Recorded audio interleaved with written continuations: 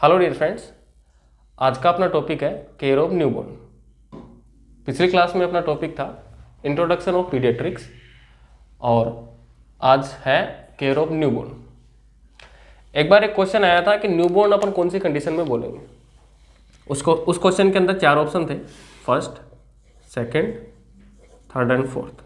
ठीक है, first option था कि बेबी प्रीटर्म हो, सेकंड था ट्रम हो, थर्ड था पोस्ट ट्रम हो एंड लास्ट था ओल्ड। ठीक है, तो कोई सी भी कंडीशन हो अपन उसको क्या बोलेंगे, न्यूबॉर्न ही बोलेंगे बेबी को। ठीक है, प्रीटर्म बोले तो 37 वीक से पहले डिलीवरी हुई है, और ट्रम बोले तो 37 वीक पर, और पोस्ट ट्रम बोले तो 37 वीक के बाद में। ठीक है, तो ये था क्वेश्चन न्यूबॉर्न पर।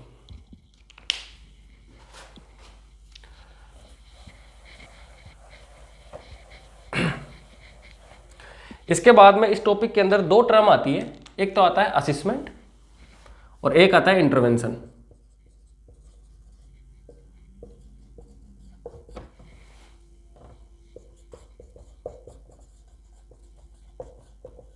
ठीक है, असेसमेंट के अंदर अपन क्या करते हैं, जो भी न्यूबॉर्न होता है उसको क्या करते हैं अपन, असेस करते हैं। कोई भी नर्सिंग प्रोसीजर इसके अंदर नहीं करते हैं, जबकि इंटरवेंशन के अंदर क्या करते हैं अपन, नर्सिंग प्रोसीजर करते हैं, जैसे कि सक्शनिंग हो गया, अम्बिलिकल कॉर्ड कटिंग हो गया। ठीक है, तो ये डिफरेंस था दोनों में।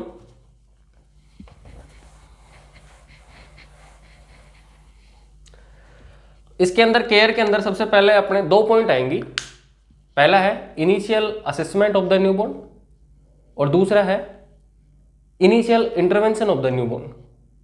आज अपन 2 ही टॉपिक देखेंगे, initial assessment of the newborn और initial intervention of the newborn. तो फर्स्ट देखते हैं अपन initial assessment of the newborn.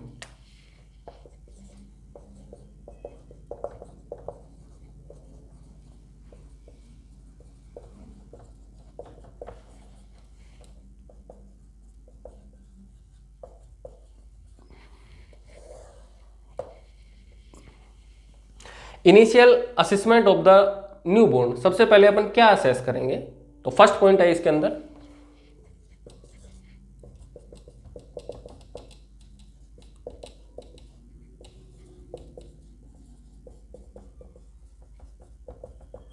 Initiation of respiration, respiration की शुरुआत। ठीक है, तो अपन कैसे असेस करेंगे कि न्यूबॉर्न ने या बच्चे ने रेस्पिरेशन करना शुरू कर दिया। तो अपन असेस करेंगे कि जैसे ही डिलीवरी होती है उसके बाद में तुरंत बच्चा क्या करता है, क्राई करता है। तो क्राई करना वो इंडिकेट करता है कि बच्चे ने रेस्पिरेशन करना शुरू कर दिया। तो सबसे पहले अपन क्वेश्चन एक बार आया था कि इनिशियल असेसमेंट क्या होगा, इनिशियल असेसमेंट क्या होगा, जिसके अंदर अपगार स्कोर भी था। तो अपगार स्कोर इनिशियल असेसमेंट नहीं होगा, फर्स्ट असेसमेंट नहीं होगा। फर्स्ट असेसमेंट होगा अपना रेस्पिरेशन। चेक करना है रेस्पिरेशन को कि बच्चा क्राई कर रहा है या नहीं कर रहा। इसी के अंदर सेकंड पॉइंट है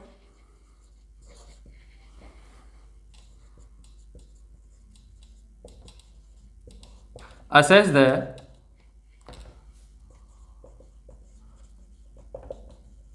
congenital abnormalities, assess the gross congenital abnormalities। Gross मतलब बड़ी जन्मजात बीमारियों को अपने क्या करना है, असेस करना है। बड़ी जन्मजात बीमारी जैसे कि न्यूरल ट्यूब डिफेक्ट, जिसके अंदर एक आती है स्पाइनल बाइफिडा। स्पाइनल बाइफिडा के अंदर क्या होता है, न्यूरल ट्यूब डिफेक्ट के अंदर क्या हो गया, एक आती है spinal bifida.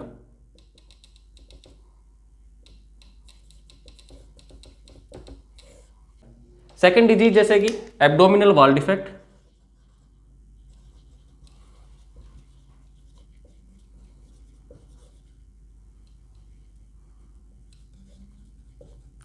Abdominal wall defect में क्या होगा, एब्डोमिन की जो वॉल है, जो स्किन है, वो नहीं होती है। तो इसको अपने क्या करना है, असेस करना है। तो इस जो अपना है assess the gross congenital abnormality, इसके अंदर अपने क्या करना है, स्पाइनल बाइफिडा को असेस करना है, जैसे कि एब्डोमिनल वॉल डिफेक्ट को असेस करना है। ठीक है। इसके बाद में तीसरा पॉइंट आता है इसके अंदर, अपगार स्कोर। ठीक है, अपगार स्कोर है जो अपन 2 टाइम असेस करते हैं, 2 टाइम असेस करते हैं अपगार स्कोर। फर्स्ट होगा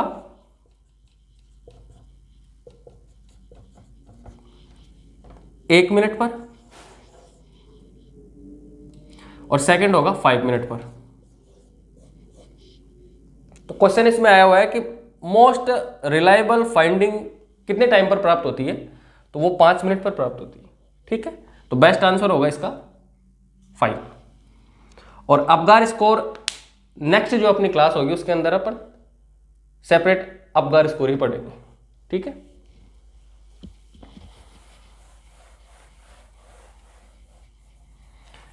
एंड लास्ट पॉइंट है इसके अंदर,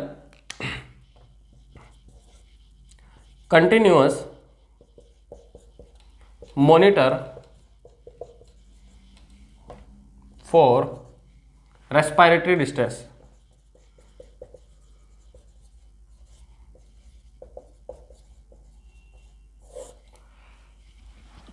कंटिन्यूअसली अपने को क्या करना है, मॉनिटर करना है।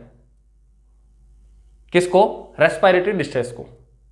मॉनिटर मतलब लगातार बार बार अपने को कुछ टाइम के अंतराल के बाद में, या मतलब बार बार असेस करना है न्यूबॉर्न को। तो बार बार जब असेस करेंगे तो उस कंडीशन में क्या होगा, मॉनिटर लेंगे अपन, मॉनिटर वर्ड का यूज करेंगे ना कि असेस का। ठीक है, तो कंटिन्यूअसली मॉनिटर करेंगे किसको? रेस्पिरेटरी डिस्ट्रेस को। ठीक है, अब रेस्पिरेटरी डिस्ट्रेस के अंदर कुछ पॉइंट को अपन असेस करेंगे। जैसे फर्स्ट वन है nasal flaring.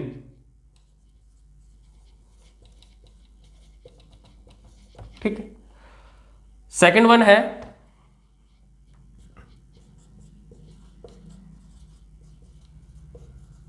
Intercostal retraction. Third one है ग्रंटिंग साउंड। फोर्थ है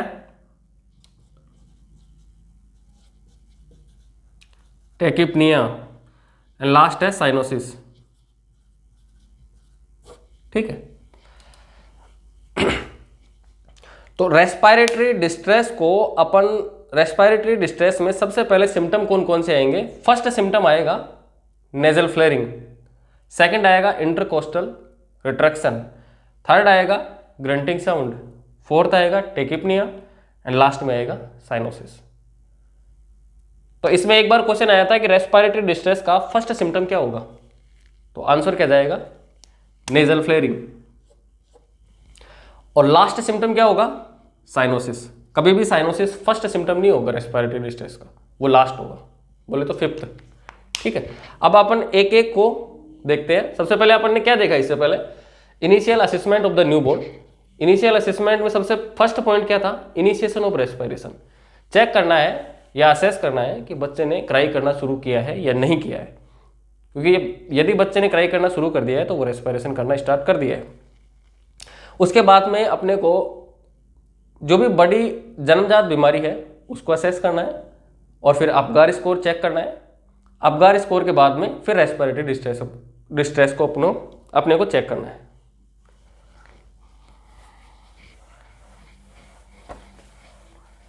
अब एक एक को अपन देखते हैं रेस्पिरेटरी डिस्ट्रेस के अंदर।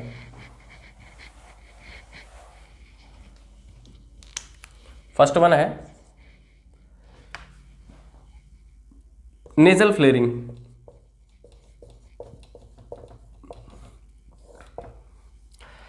नेजल फ्लेयरिंग फर्स्ट सिम्टम क्या है? Nasal flaring. इसके अंदर क्या है कि जो अपने नोस्ट्रिल है वो जो नॉर्मल पोजीशन से क्या हो गए, डायलेट होना शुरू हो जाएंगे ज्यादा। ठीक है, अब वो क्यों हो रहे कि लंग्स के अंदर ऑक्सीजन की डेफिशिएंसी हुई। क्या हुई? ऑक्सीजन की डेफिशिएंसी हुई। जब ऑक्सीजन की डेफिशिएंसी हुई तो अपनी बॉडी या ब्रेन क्या करेगा? कंपनसेटरी मैकेनिज्म क्या करेगा? दर्शाएगा या फिर डिफेंस मैकेनिज्म दर्शाएगा। किसके लिए दर्शाएगा वो, कि ऑक्सीजन की डिमांड फुलफिल हो सके, तो उसके दौरान वो क्या करेगा, रेस्पिरेशन रेट को क्या कर देगा, इंक्रीज कर देगा, जिससे नेजल फ्लेयरिंग क्या होगा, बार बार रेस्पिरेशन रेट ज़्यादा होगी तो नेजल फ्लेयरिंग ऑटोमेटिकली ज़्यादा होगी। कंपनसेटरी मैकेनिज्म के थ्रू ये हुआ। ठीक है, नेक्स्ट है इंटरकोस्टल रिट्रैक्शन।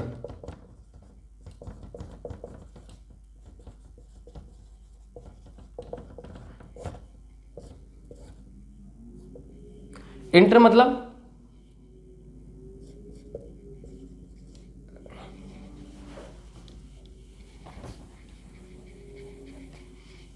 बीच में, ठीक है, इंटर मतलब बीच में, कोस्टल मतलब रिब्स, एंड रिट्रैक्शन मतलब धंसना।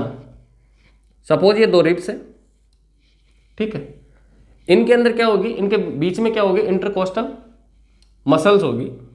ठीक है, नॉर्मल कंडीशन के अंदर ये स्किन या मसल्स अंदर की तरफ धसी हुई नहीं होगी, रेस्पिरेटरी डिस्ट्रेस होगा तो होगी। क्यों होगी, वही कंसेप्ट, ऑक्सीजन का लेवल कम हुआ, ऑक्सीजन का लेवल कम होगा तो फिर क्या होगा, इसके अंदर लंग्स का वॉल्यूम क्या होगा, कम होगा, लंग्स का साइज क्या होगा, कम होगा। जब लंग्स का साइज कम होगा तो सराउंडिंग की स्किन ऑटोमेटिकली अंदर की तरफ क्या होगी, खींचेगी। तो जिसके कारण अपन जब न्यूबॉर्न की स्किन को, न्यूबॉर्न के चेस्ट को अपन असेस करते हैं तो वो अंदर की तरफ क्या होगी, धसी हुई दिखेगी, दोनों रिब्स के मध्य की स्किन। ठीक है, ये है इंटरकोस्टल रिट्रैक्शन, अंदर धसी हुई होगी। थर्ड वन है ग्रंटिंग साउंड।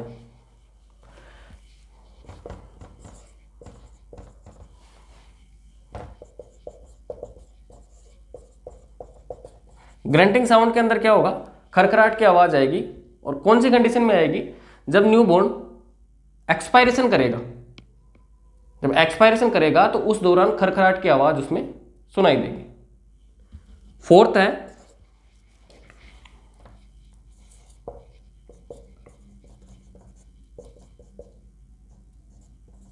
टेकिपनिया। टेकिपनिया में क्या होगा, वही रेस्पिरेटरी डिस्ट्रेस, ऑक्सीजन का लेवल क्या हुआ, कम हुआ, बॉडी ने क्या किया, कंपनसेटरी मैकेनिज्म शो की, उसके दौरान क्या हुआ, रेस्पिरेटरी रेट इंक्रीज हो गई। इसका मतलब क्या हुआ, इसके अंदर रेस्पिरेटरी रेट इंक्रीज हो गई। लास्ट वन है cyanosis.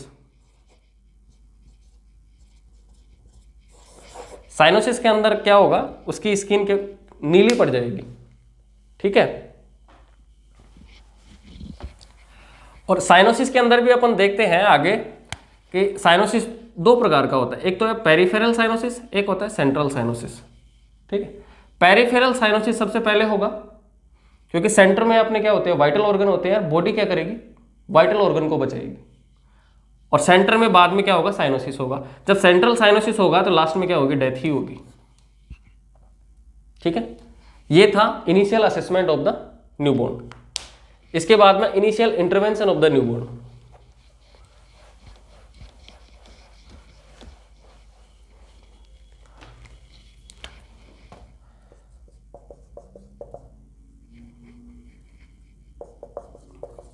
Initial intervention of the newborn. ठीक है, इंटरवेंशन मतलब अपने यहाँ क्या करेंगे, नर्सिंग प्रोसीजर करेंगे। जैसे फर्स्ट एंड सेकंड। फर्स्ट है सक्शनिंग,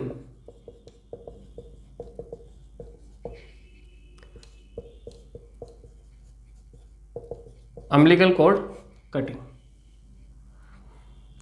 दोनों कंडीशन में सबसे पहले अपन किसको करेंगे, सक्शनिंग करेंगे या अम्बिलिकल कॉर्ड कटिंग करेंगे। तो सबसे पहले अपन करेंगे सक्शनिंग, सेकंड पे करेंगे अपन अम्बिलिकल कॉर्ड कटिंग। क्योंकि सपोज ये 2 मिनट के लिए अपन इसको डिले भी कर देते हैं तो उसमें न्यूबॉर्न को कोई परेशानी नहीं होगी, क्योंकि उसका डायरेक्ट कॉन्टैक्ट है मां से। और सक्शनिंग में यदि एमनियोटिक फ्लूइड उसकी ओरल कैविटी में है या नेजल कैविटी में है तो वो सक्शन, यदि सक्शनिंग नहीं करे अपन तो वो क्या करेगा, एस्पिरेट कर जाएगा और उसकी सडन डेथ हो जाएगी। ठीक है, इस वजह से अपन सबसे पहले किसको प्रेफर करेंगे, सक्शनिंग को। लेकिन अभी लेटेस्ट इसके अंदर गाइडलाइन क्या है कि यदि बच्चा नॉर्मल कंडीशन के अंदर है, उसकी oral cavity and nasal cavity बिल्कुल क्लियर है, रेस्पिरेशन प्रॉपर हो रहा है, तो अपन उसको क्या करते हैं, रेस्पिरेशन को अवॉइड कर सकते हैं, मतलब सक्शनिंग को अवॉइड कर सकते हैं। और दूसरी कंडीशन में यदि amniotic fluid oral cavity and nasal cavity दोनों में है और एस्पिरेट कर सकता है न्यूबॉर्न, तो उस कंडीशन में सबसे पहले अपन क्या करेंगे, सक्शनिंग करेंगे, उसके बाद में अम्बिलिकल कॉर्ड कटिंग करेंगे। तो सबसे पहले अपन देखते हैं सक्शनिंग।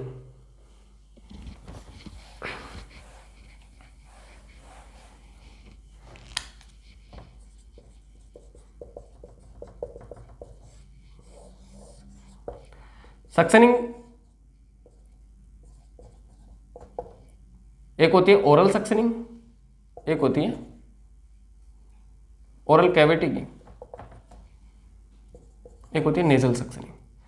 सबसे पहले अपन दोनों में से कौन सी कंडीशन में करेंगे, ओरल कैविटी की सक्शनिंग करेंगे या फिर नेजल सक्शनिंग करेंगे? सबसे पहले अपन करेंगे ओरल सक्शनिंग, उसके बाद में करेंगे नेजल सक्शनिंग। क्यों? क्योंकि सपोज अपन ने पहले नेजल सक्शनिंग कर दी तो जो सक्शन मशीन का जो कैथेटर है वो जब नोज की इनर लेयर के कांटेक्ट में आएगा तो स्नीजिंग रिफ्लेक्स होगी, बच्चे को छींक आएगी। तो छींक में क्या होगा, सबसे पहले अपन इंस्पायरेशन करते हैं, सांस लेते हैं एक बार, तो सांस लेते हैं, उस दौरान क्या होगा, यदि ओरल कैविटी के अंदर फ्लूइड है तो वह एस्पिरेट कर जाएगा और उसकी सडन डेथ हो जाएगी। इस वजह से सबसे पहले अपन ओरल कैविटी को करते हैं, ओरल कैविटी की सक्शनिंग करते हैं, उसके बाद में नेजल कैविटी करते हैं ताकि एस्पिरेशन नहीं कर पाए। तो सबसे पहले ओरल कैविटी की सक्शनिंग करेंगे, उसके बाद में नेजल कैविटी की सक्शनिंग करेंगे। अब देखते हैं इसके अंदर इक्विपमेंट्स क्या क्या होते हैं सक्शनिंग के लिए।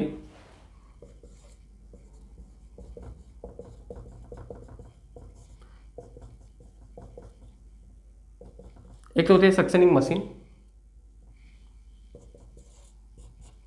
सक्शनिंग मशीन नॉर्मली बड़ी हॉस्पिटल्स के अंदर मिल जाती है, नॉर्मली नहीं, वहाँ पे मिल जाती है, लेकिन छोटी हॉस्पिटल के अंदर नहीं मिल पाती है। तो वहाँ पर क्या होगा, म्यूकस सकर होगा या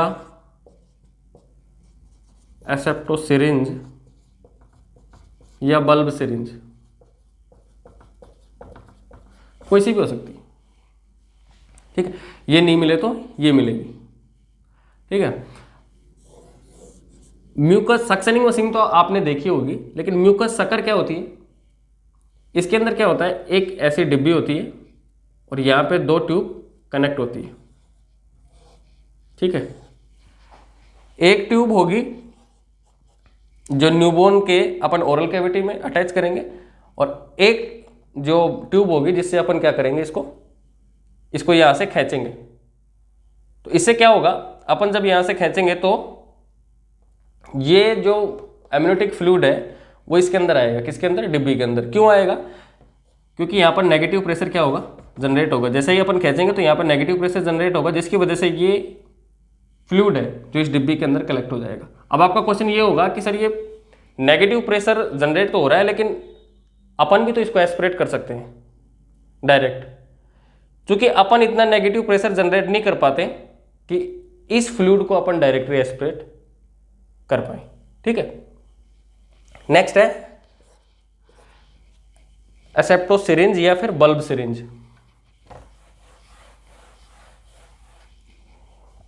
ये क्या होती है, नॉर्मल सिरिंज होती है,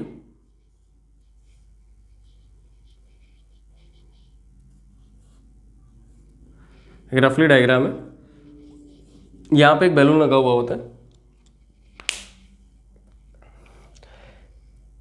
इस सिरिंज को अपन ओरल कैविटी में क्या करेंगे, इस पार्ट को अपन ओरल कैविटी में अटैच करेंगे न्यूबॉर्न के, और इस बल्ब को क्या करेंगे, अपन इसको प्रेस करेंगे। जैसे ही प्रेस करेंगे तो यहाँ पर नेगेटिव प्रेशर जनरेट होगा, जिसकी वजह से जो एम्नियोटिक फ्लूइड है वो इसके अंदर आके कलेक्ट हो जाएगा, ठीक है। ये था इसका इक्विपमेंट। अब देखते हैं नॉर्मली अपन प्रेशर देखेंगे। अब तो ये जो म्यूकस अकर है और एसेप्टो सिरिंज या फिर बल्ब सिरिंज है, इनका प्रेशर अपन नहीं देखेंगे, क्योंकि नॉर्मली अपन इतना जनरेट ही नहीं कर पाते हैं कि उसे कोई परेशानी हो। न्यूबॉर्न को परेशानी किससे हो सकती है? सक्शन मशीन से। तो इसका प्रेशर देखते हैं अपन।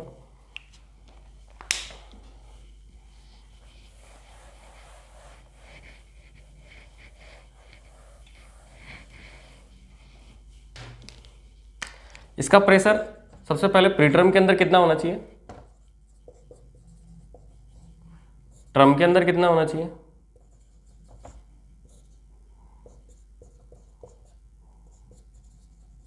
पोस्ट्रम के अंदर कितना होना चाहिए?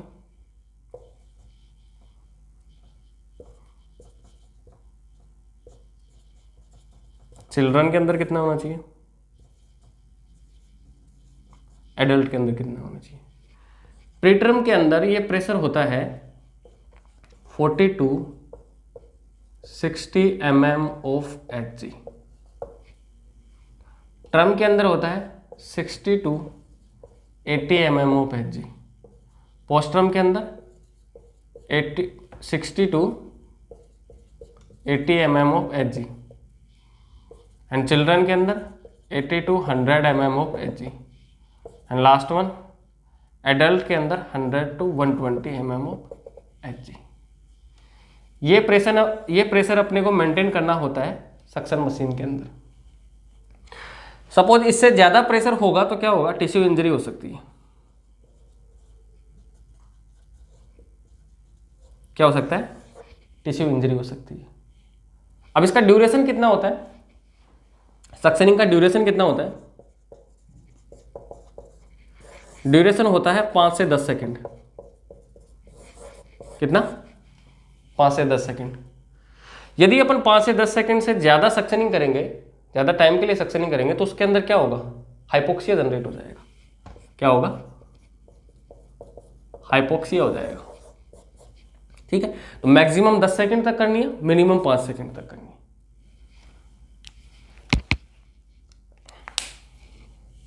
तो ये था सक्शनिंग के अंदर सबसे पहले अपन ने क्या देखा? इसके सबसे पहले ओरल कैविटी की करेंगे या नेजल कैविटी करेंगे? सबसे पहले ओरल कैविटी करेंगे, फिर नेजल कैविटी करेंगे। उसके बाद में अपने इक्विपमेंट देखे और फिर प्रेशर देखा, और प्रेशर के बाद में अपने ड्यूरेशन देखा। अब है अम्बिलिकल कॉर्ड कटिंग। इंटरवेंशन के अंदर सेकंड पॉइंट था अम्बिलिकल कॉर्ड कटिंग। तो वो सेकंड पॉइंट क्या है?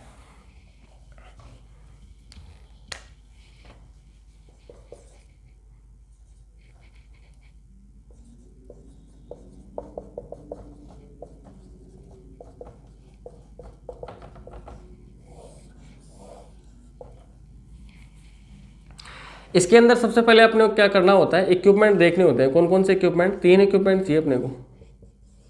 First one Kocher's forceps,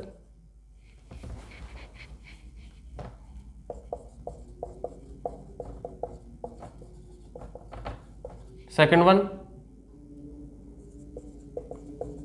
scissor या फिर सर्जिकल ब्लेड, थर्ड है कॉर्ड क्लैंप। कोचर्स फोर्सेप अपने को चाहिए 2, सीजर या फिर सर्जिकल ब्लेड चाहिए 1, एंड कॉर्ड क्लैंप चाहिए 1। ठीक है, इसका प्रोसीजर क्या होगा? सपोज ये न्यूबॉर्न है और इससे कनेक्ट है अम्बिलिकल कॉर्ड। ये क्या है? न्यूबॉर्न, इससे कनेक्ट है अम्बिलिकल कॉर्ड। 2 कोचर्स फोर्सेप है। फर्स्ट कोचर्स फोर्सेप अपन के कहां पर लगाएंगे? फर्स्ट कोचर्स फोर्सेप लगाएंगे अपन 5 सेंटीमीटर पर। कितना सेंटीमीटर पर? ये डिस्टेंस कितनी हुई? 5 सेंटीमीटर। यहां पर लगाएंगे फर्स्ट कोचर्स फोर्सेप। सेकंड कहां पर लगाएंगे?